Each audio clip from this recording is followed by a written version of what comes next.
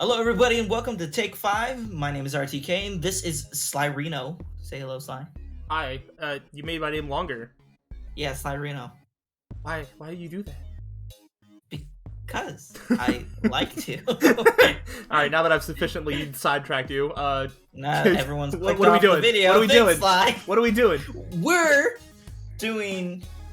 My brain's farting, dude. We're doing the top 5 most interesting worlds. And this is going to take factors of, like, pretty much, for me, takes pretty much every source that adds to the world's lore, world building. I even take into account, like, abilities that you can get in the world that is specific to the world, or just, like, the most interesting concepts that mesh the world together. For a lot of them, it might be spoilers if you have not seen the anime. Some stuff comes from web novels, some stuff comes from the light novels. As if it's made by the author, I consider it canon to the anime's world building.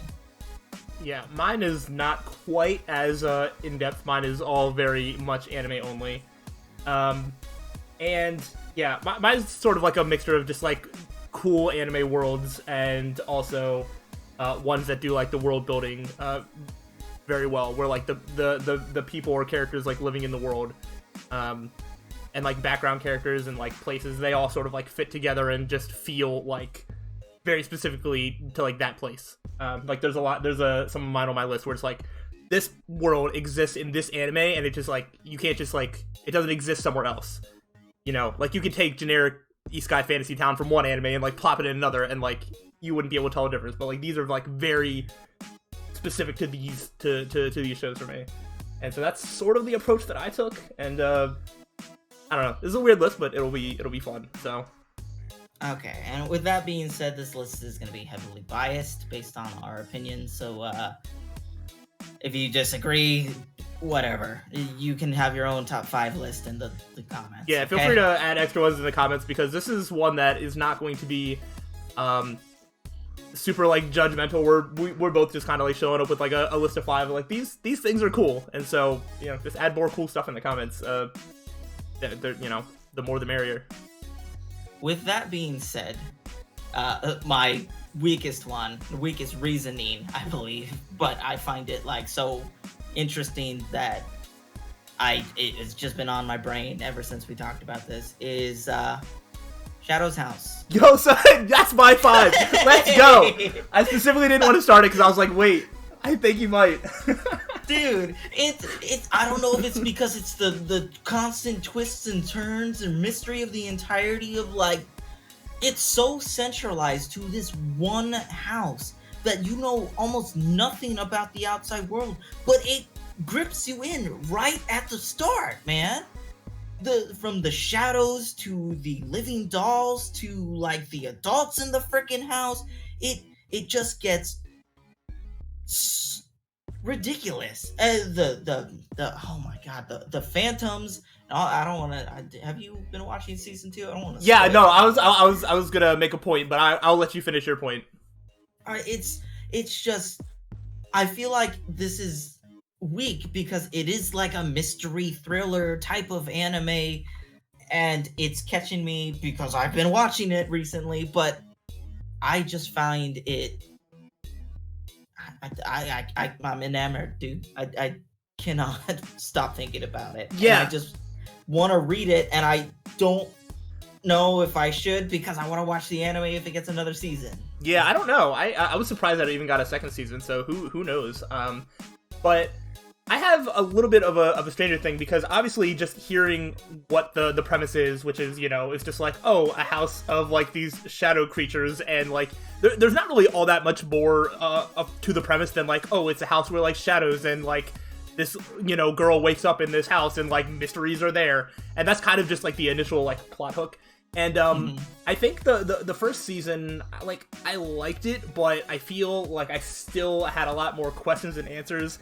And when it comes to like the world building and the actual world, I think season 2 has done a phenomenal job at really sort of explaining Well, I mean, the first season sort of explains the process of like how they it's not like graduate, whatever that ceremony like thing is where they have to take the test to whatever. Maybe it is like a graduation. I don't think so though. Are you talking about the test where they become like adults, or are you talking? No, about, no, the first one where they like become. Oh yeah, the announcement. Yeah, the whatever that is. Yeah. But I think that they've done a really good job, sort of, with the characters' relations to each other. They've answered a lot more questions about some of the mysteries. I won't spoil like twists or anything like that. They've done a better job at sort of explaining the relationship of like the children's wing and then like the adults wing, and how much interaction they have with each other and how certain things are run. I feel like it is starting to feel like a fully fleshed out world, all in one house, which I mean, I think that's one house is made up of like multiple buildings, but it's like one little compound that like they've done an incredible job in season 2 with the character relationships, the mysteries of the house, and just sort of showing like how everything works together. And that's what actually really sold it for me, because season 1 I was not super impressed, and season 2 I'm like, I went in with low expectations. I was like, I'm gonna watch this just because the premise is cool, but it definitely exceeded my expectations. So for real, dude. If you haven't watched Shadow's House, you should give it a chance. It's not really an action anime, so if you're not into that, but it is super interesting if you like a mystery, like thriller type of thing. Yeah, thriller is even pushing it a little much, just because like it isn't like, it's not as dark as I was like expecting. It's not like super dark, super gritty. It has a lot of like lightheartedness to it, but there are like twists and turns for like the mystery and like stuff like that. So, I mean, the main character's like 10, so yeah, yeah. So you're not gonna get the Made in Abyss treatment here. Yeah. But I love it. It's good stuff. You get to start 4. 4 you'll also be excited about though. I mean, who knows if it'll be on your list. Well, what if we both have it? That'd be fun. That'd be crazy. 5 and 4? But yeah, number 4 was an anime that like I hadn't thought about in a while, but I love this anime so much. And I was just thinking about like how crazy of like a world it is.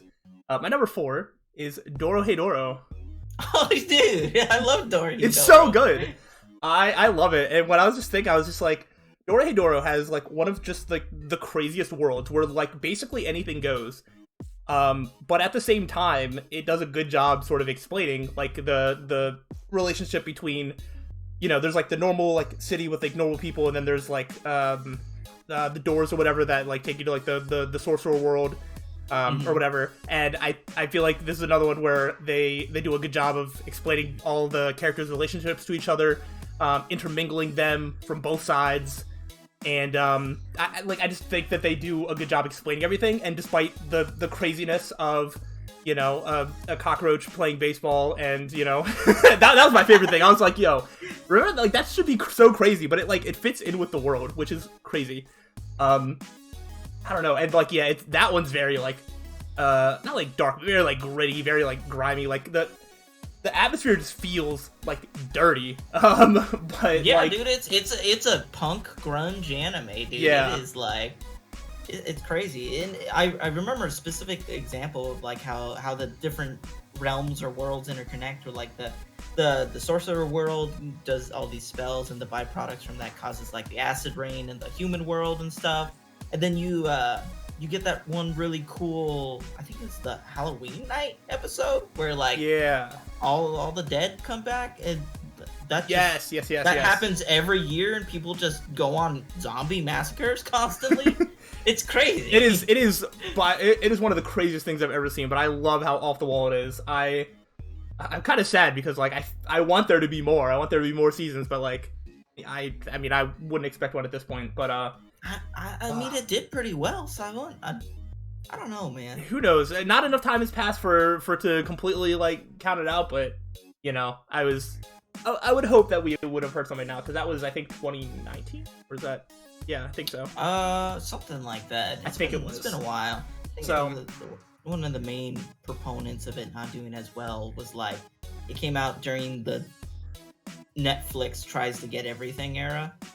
Yeah, and I don't know. I don't know if it's super. I don't know if it's super performed super well like on Netflix itself. I think a lot of people watch it other way. Like the people that are talking highly about it, I don't think waited for it to come out on Netflix. Of course, yeah, of course. So I don't know how well it performed like on Netflix itself. So I don't know, but yeah, it's a very interesting show. Like literally the only premise that I can set you up with is like the main character is a lizard. He like has a lizard head, but like that's not how he originally was, and he's basically just trying to figure out if he's trying to find the sorcerer that like gave him a lizard head, and he finds out by like biting on people's head so that way they can see this like strange man inside him. I don't know if it like if you want something off the wall and crazy, I definitely recommend it. Is fantastic. All right, good world. Well, yeah, I mean it's wacky, dude. Mine on a more serious psychological note is actually the world of Psychopaths. Okay, yeah. Psychopaths takes place in a dystopian future in Japan where, the Sybil system is basically the all monitoring AI that surveys everyone's emotions constantly, and it's totally like very oppressive and can decide if you're a criminal before you even do anything bad. Which I honestly see like that being a very realistic way of like how a dystopian future would be, Yeah. And if someone hasn't seen the first season of Psychopaths, at least you gotta watch it because you're gonna be spoiled. Like the first season, I can't remember the main girl's name, but they go down and see that like giant AI system with all the brains interconnected underneath the city and everything. I think her name's like Kanamori, actually. Is it Kanamori? I can't remember. Right. Something like that. Something similar to that. And it just presents this case of like this whole world just it goes into this psychological thing where you see, is there actual free will, or is everything predetermined based on your subconsciousness? I know there's been some videos where they like talk about these like experiments that actual real life scientists have done where they're like, look at a certain clock or whatever, and at any point you want to have the clock stop, you like twist your wrist or something. And they were monitoring the brain while doing this. And oh god, I should have researched this more. They saw that the brain activity in your brain before there's like two parts of your brain, right? There's one, the subconscious, and then there's the one where you're actively making decisions, like you think in your head and you hear your own voice or whatever. They showed that the subconscious brain actually sparked an activity 5 seconds before your awake brain did.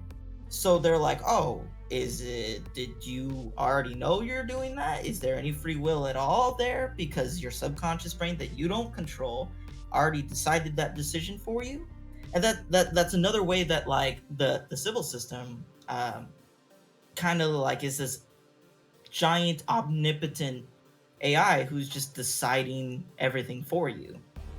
And it goes into the thing where like what is the main guy's name? Dang it, can't remember. It's been too long for me. Oh man, I should have rewatched it. Dang it. And towards the end, he's like the only one acting on his own free will because he like leaves the freaking group that they're in and goes after the first main antagonist, like basically deciding everything on his own. And I just think the whole world is like super cool because then they have those people who are like the criminals with the hats that block off the AI from monitoring them so they can do pretty much whatever they want without being noticed and be like anonymous. And dude, I'm a sucker for like super cool dystopian futures, even if they're not like fun or super interesting to live in, like a futuristic. Yeah, like that would be awful to live in. Yeah, of course, dude, that would suck. That's like living in China right now. But fun stuff. I I like it a lot. That's all I gotta say. I just think it's neat. Yeah, no, it definitely it's a good show. It has a good world and good atmosphere, all that. Yeah, no, solid Alright. choice. All right. Now, I'm not sure if you've watched any of this at all. I didn't. I don't think you have, but I'm just gonna mention it because it's like 3 different animes that like tie into each other, and that it's for my number 3. It's basically a certain magical index, a certain scientific railgun, and a certain accelerator. I can't remember the name of that one. Yeah, I've heard of them. I haven't watched any of them, and I don't really know that much about them, honestly. It is the perfect blend. So get this: the main character lives in a super futuristic city called Academy City. In this city, I think around 90% of the people in the city have some type of special ability caused by experimentation or whatever. They're basically espers. So you get super interesting abilities like someone is a what is the Misaka's name? She's like she controls electromagnetism basically, and she's the main character of Railgun. She can control her magnetism, she can control electricity, and her signature ability is creating a high-powered railgun from flipping a coin into the air and hitting it with her finger straight into it's super freaking cool. And then on the other side of this is Magical Index, where it focuses on magic, which stems from like real life religion and magical beings. So saying like this universe, right? Jesus would be considered a magic user because he does stuff based on like just his faith, Okay. So the main character, he's boring as heck, by the way. He's not the best main character, but he has an interesting ability called Imagine Breaker. That was loud. My headphones. Hold on, don't laugh. Headphones are plugged. Stop talking. Damn headphones. All right, you good? Yeah, I'm good. All right, okay. Great. Now my train of thought's gone. Son of a biscuit. You were talking about the main character's like powers or something. Oh yeah. I think his name's Toma or whatever. Toma has an ability called Imagine Breaker, which it does have a counterpart, but if you haven't watched it,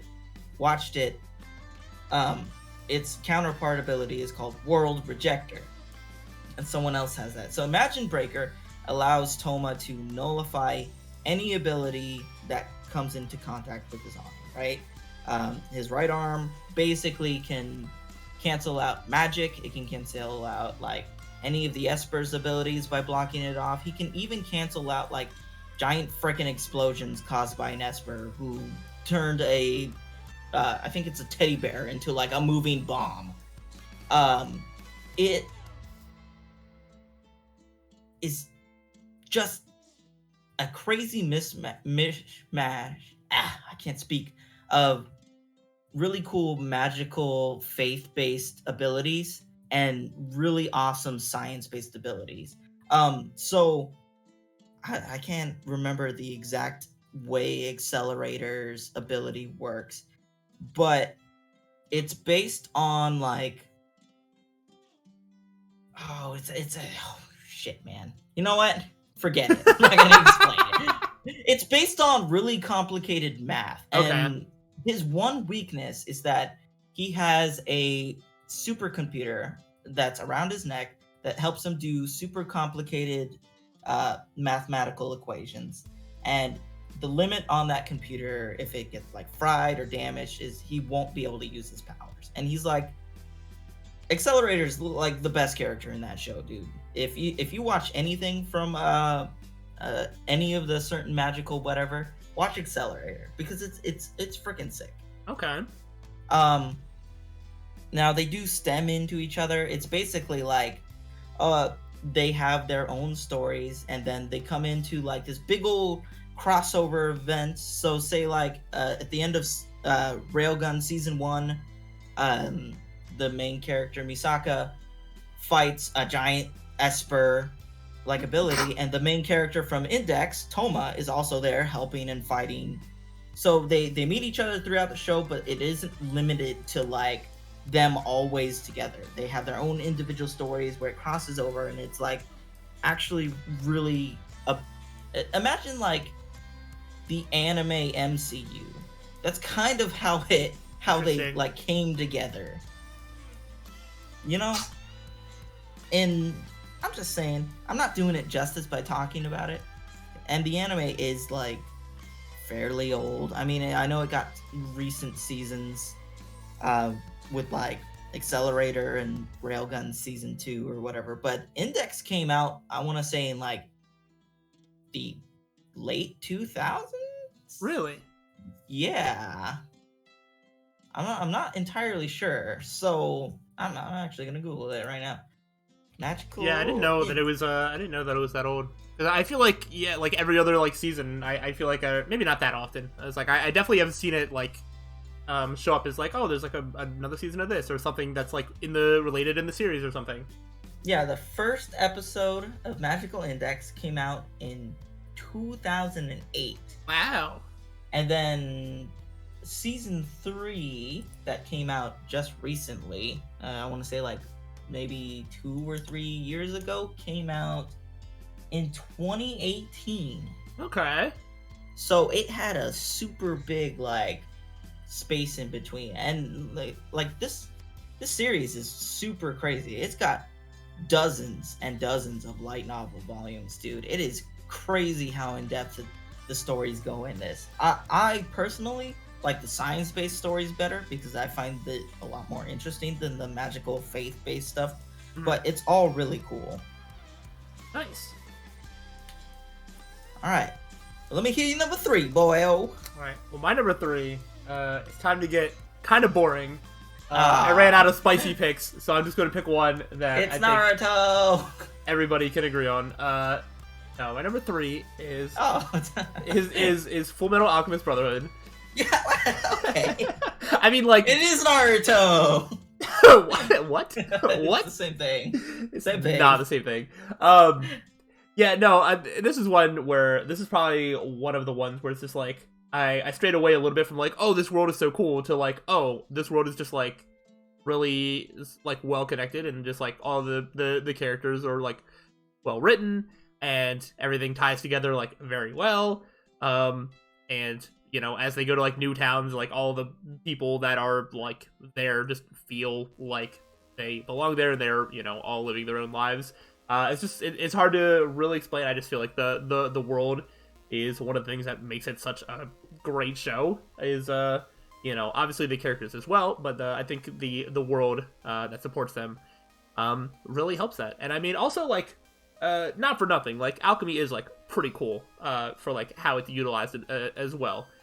And then there's, you know, and then there's that, and then there's also like alchemy and stuff like that. And so there's like different variations of like the similar ideas. So like that also like helps. So it's not just like, oh, like normal world, but you know, it's got some things to it. And I mean, it's a pretty boring pick. I don't think the rest of my list is as spicy, but like it's classic. And it was one of the first things that I thought of when you were like, oh, when like the word world building, I was just like, that was one of the first two that I thought of.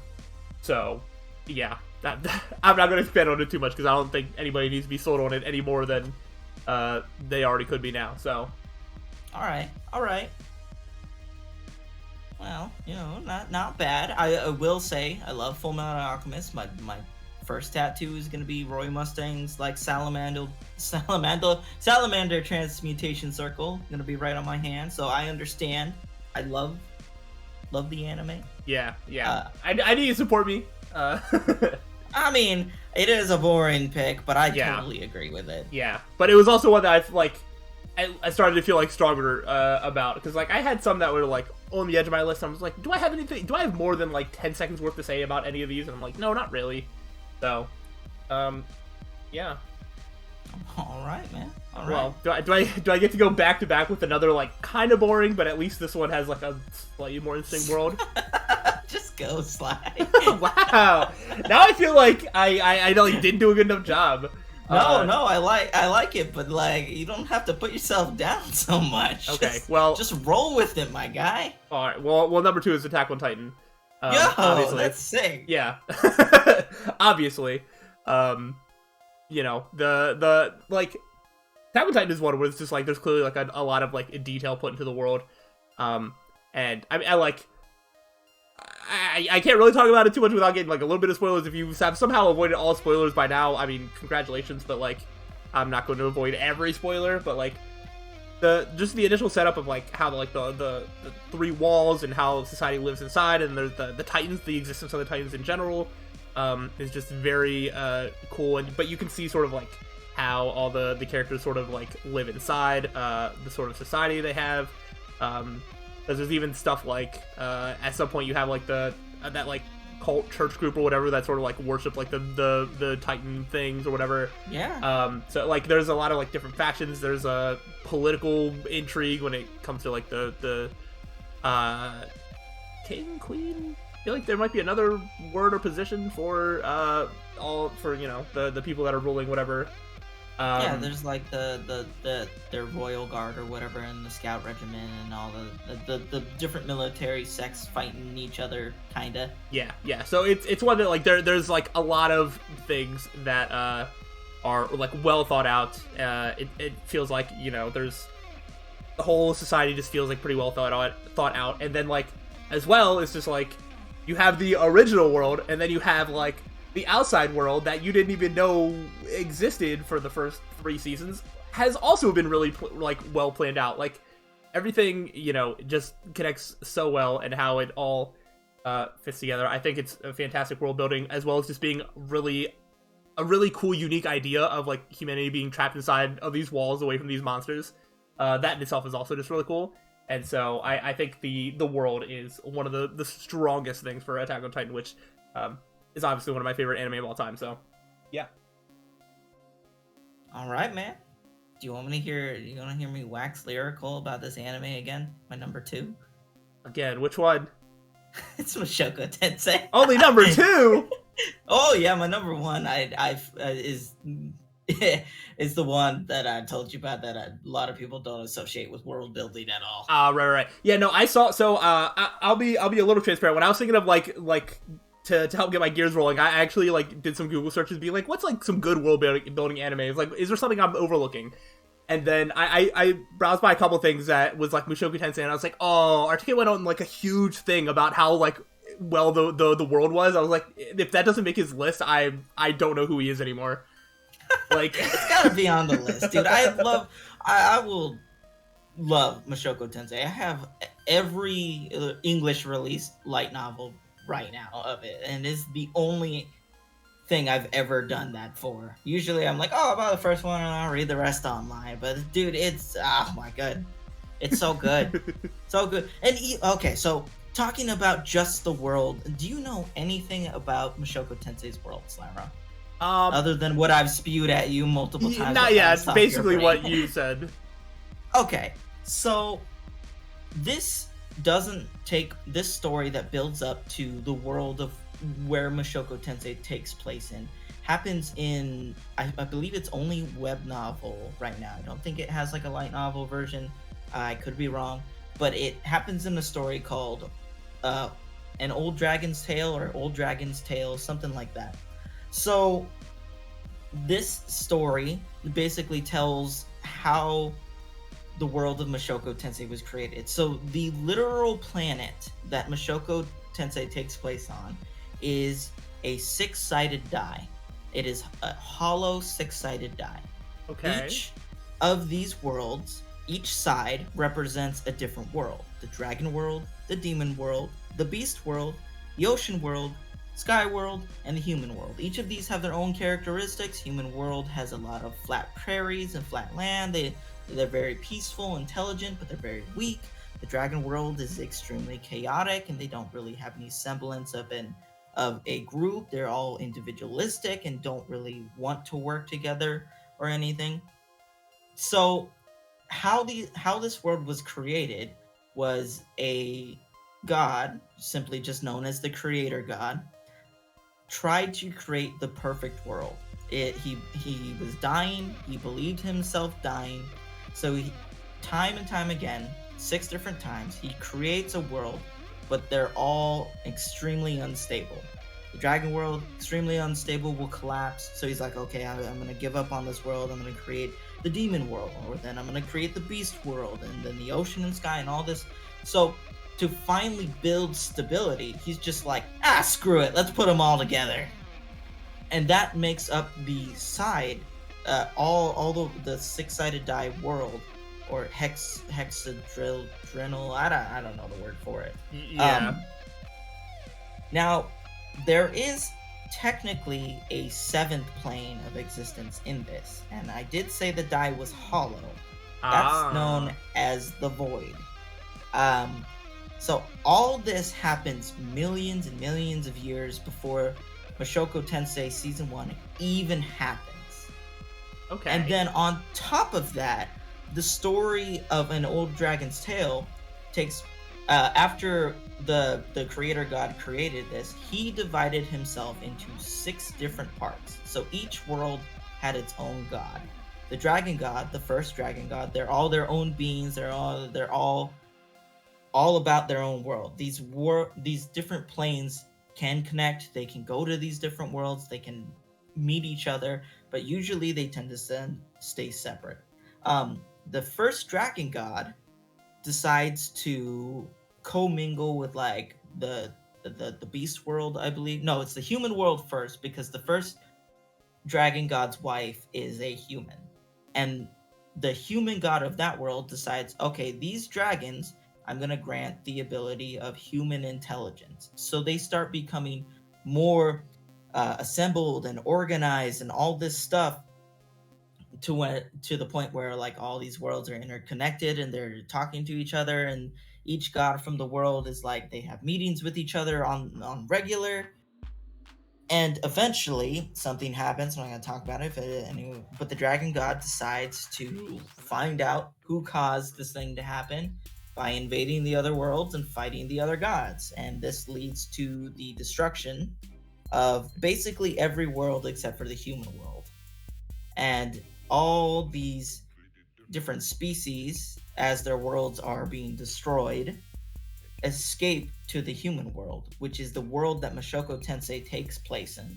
And not only that, there's like countless stories of the lore behind what happens in Rudius's story. That's the main character. Yeah. Where there's like the Laplace Demon War that happened like 400 or 500 years before the story even takes place. And then there's the whole magic system. And then there's the entire ancient ruins that become the labyrinths that a lot of these adventurers explore and do stuff in. And it is just massive how extremely complex. And not only that, there's the political wars between different countries and continents. There's the demon. When the human world happened to merge together with all the other worlds, each continent kind of became a place for each different species. They kind of, I don't want to use the word segregated, but that's a good word for it. They kind of separated from each other. Mm-hmm. And it was like,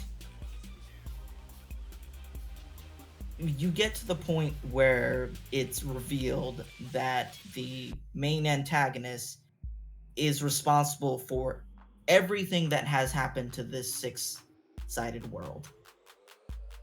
Oh. He was in the background who caused the thing to happen to the first dragon god, and has eventually spun this into this downward crazy spiral where he's pretty much in control of everything. Interesting.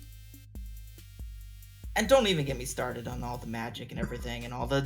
Yeah, no, I remember you saying about like the magic system, like stuff like that, but yeah, no, I know that Mushoku Tensei is like one of the things that it's praised for is like just how much detail that like the world has, and like how much detail that the author like went into and like creating a full world, not just like, you know, like a story or whatever set in like a fantasy world or whatever. Yeah, dude, and the author has even stated like the story that's happening in Mushoku Tensei is just a prequel to what his actual story is going to be. Really? It's all build up to what happens after Rudius's lifespan. Oh my gosh. Yeah. That's crazy. Yeah. And I'm all for it. Yeah, that is. I gotta say, dude, I love Mushoku Tensei. I can't stress you enough. Yeah, there's downsides to Rudius's character or whatever, but you know, people need to look past all the petty crap and just enjoy a piece of media for what it is. Yeah, someday I'll give it a go. I believe in you, Sly. When you forget everything that I've told you, you'll be like, oh yeah, RTK likes it, likes Mushoku Tensei. I haven't forgotten. I won't let you forget. Don't worry. All right. That was number 2, right? Does that mean I start number 1? Or do you want to start number 1? Yeah, I was like, I guess you would, but I feel like I should start at 1 because like the way that you've made it sound, I don't think we have to stay number 1. No, I think we definitely don't. For me, my number 1 felt like a very obvious pick. Just in terms of like, if we don't bring this up as like a cool anime world, like what are we even doing? Yeah, so I'll just say it. My number 1 is Made in Abyss. Ooh. Yeah, because and I just started watching like this anime season because you know like season 2's coming, like it came out or you know was airing, and I was like I should finally get around to start watching like season 1. So I've seen the first season and I think I'm either 3 or 4 episodes into the second season. But like you wanted to talk about like, cool anime worlds. I mean like it's literally these like this society that lives on the edge of like the abyss, which is like a place that like you go down and it has so many mysteries, but like there's all sorts of creatures, there's all sorts of weird like I don't want to say like rules, but like there's like certain things where like there's like an inverted forest or whatever, you know, where like things that wouldn't, you know, generally make sense can like happen there. And then there's like the I forget what it's called, like the sort of barrier that like makes it hard to like ascend upwards. I forget what they call that. I don't remember the I'm name. I'm so done. Like it's like right onto my tongue. But like that thing. So it's like there's like mysteries within that in terms of like, you know, it's dangerous to go down there because of like creatures, because it'll be hard to come back up, but like people are like compelled to like explore what's down there, just, you know, out of curiosity, and there's treasures and who knows what else. And so like the more that you see of it, just like the cooler it is. So like yeah, just fantastic creatures and a very interesting world with tons of mysteries and yeah, like I'm talking about like coolest anime worlds. Like it is fantastic. All right. So yeah.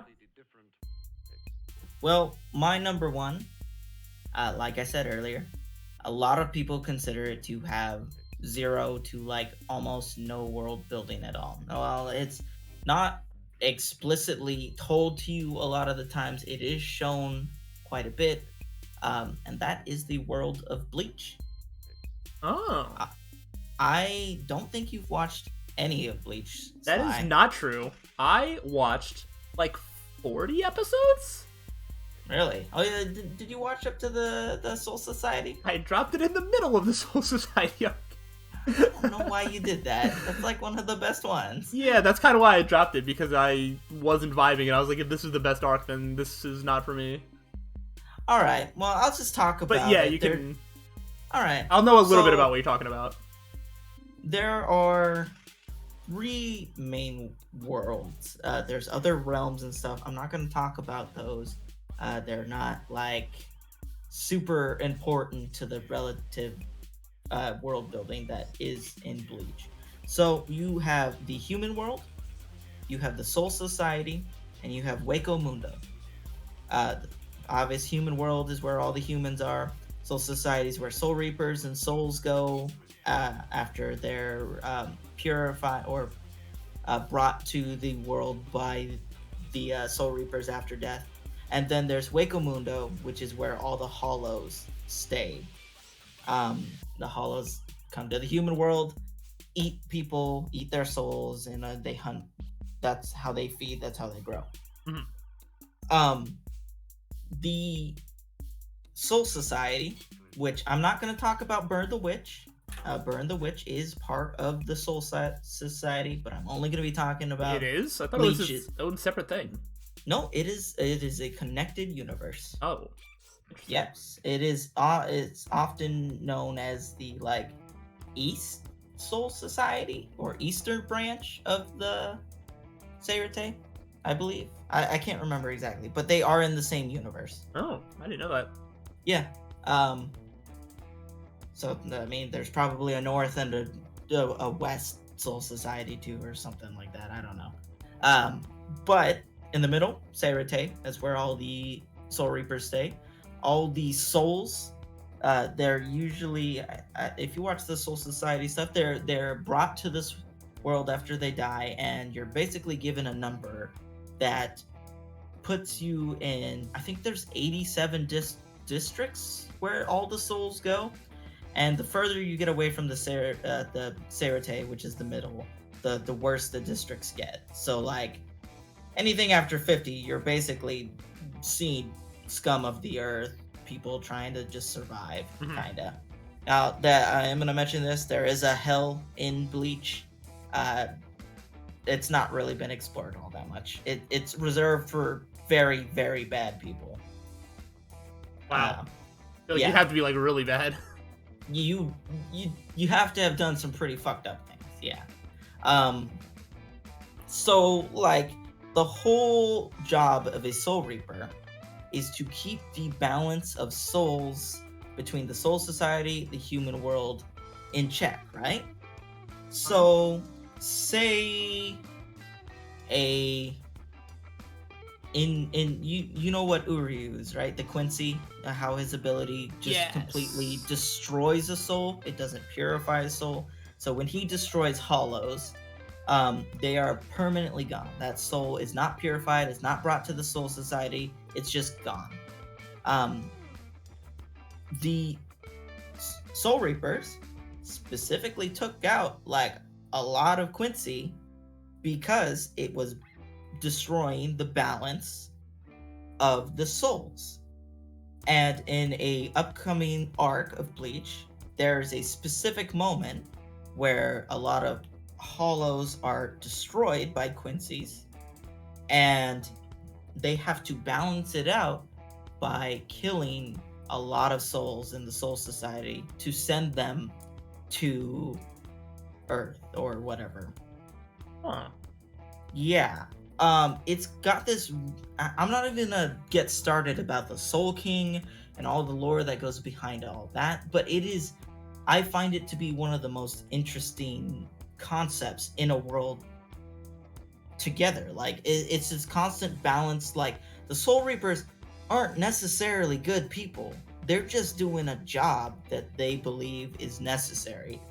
And the original Slyroh was formed by basically what it was a bunch of warlords and really bad people. The head captain Yamamoto, the bald guy, he did some really screwed up shit in the past. Yeah. And you get to know a lot about this stuff by reading the Can't Fear Your Own World light novels of Bleach, which explores a lot of a bunch of different stories and the intricacies of the Slyroh and the Soul Reapers and Hueco Mundo and how they all interact with each other. And I don't know, man, maybe it's just bias, but I enjoy it beyond belief. And people are gonna say, oh, it's not explicitly told to you, but Bleach's anime has been not great for a long time. Yeah. So and that's for a multitude of reasons I won't even talk about. But I love Bleach, dude. It's super interesting, and I really like the dynamic between all those worlds. Yeah, no, you definitely sold me on just how sort of interconnected all the different worlds are, because I didn't really have an initial reaction, but as I thought about it, I was yeah, the initial thing, you know, there's no place in like the start of Bleach that I'll be like, oh yeah, that is like specifically Bleach.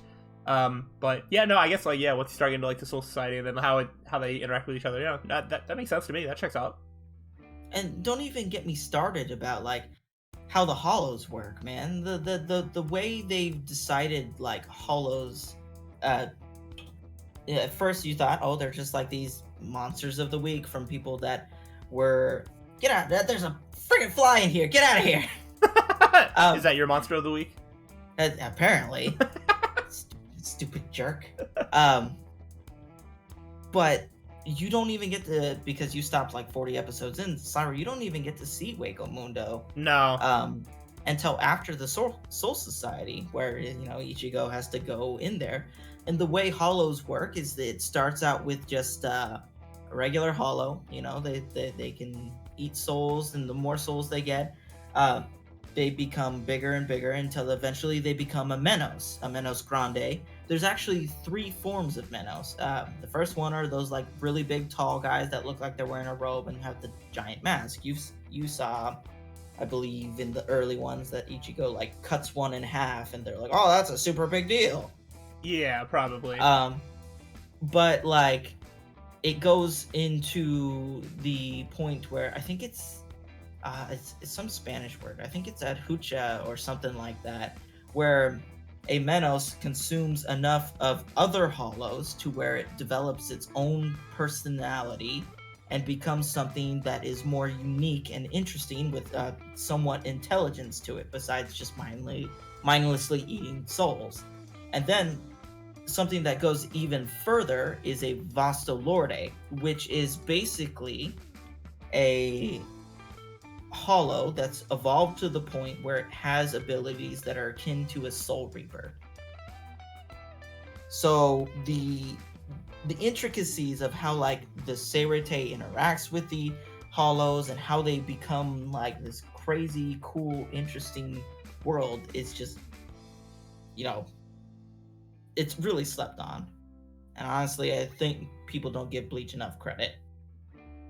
Yeah, no, that's probably entirely fair. But I think that's it. I don't have anything else to say. I'm putting down my notepad. We're done. Yeah, no, we did it. Those are well. I was gonna say 5, and then I was gonna say 10, but we had the same 5, so actually 9 different anime. There you go. Which is, yeah, that's fun. I think this is actually like one of the shortest times we've ever done a list. Yeah, it is. There wasn't really much arguments, so it was just kind of like explaining and agreeing. All right, well, if you don't have anything else to say, Sly, I guess I'm gonna wrap it up. I'd like to thank you guys for watching. Make sure to leave a like if you enjoyed the video, and go check out Slyroh's channel. He's a big boy. I've seen him streaming on YouTube and streaming on Twitch. He's been doing that. Check him out if you want to catch. Yeah, he does stuff. Go watch his Sly Cooper stuff because he's finally playing it after like 8 years. And go down and like the video, subscribe, and do that bell thing, ring a ding, baby.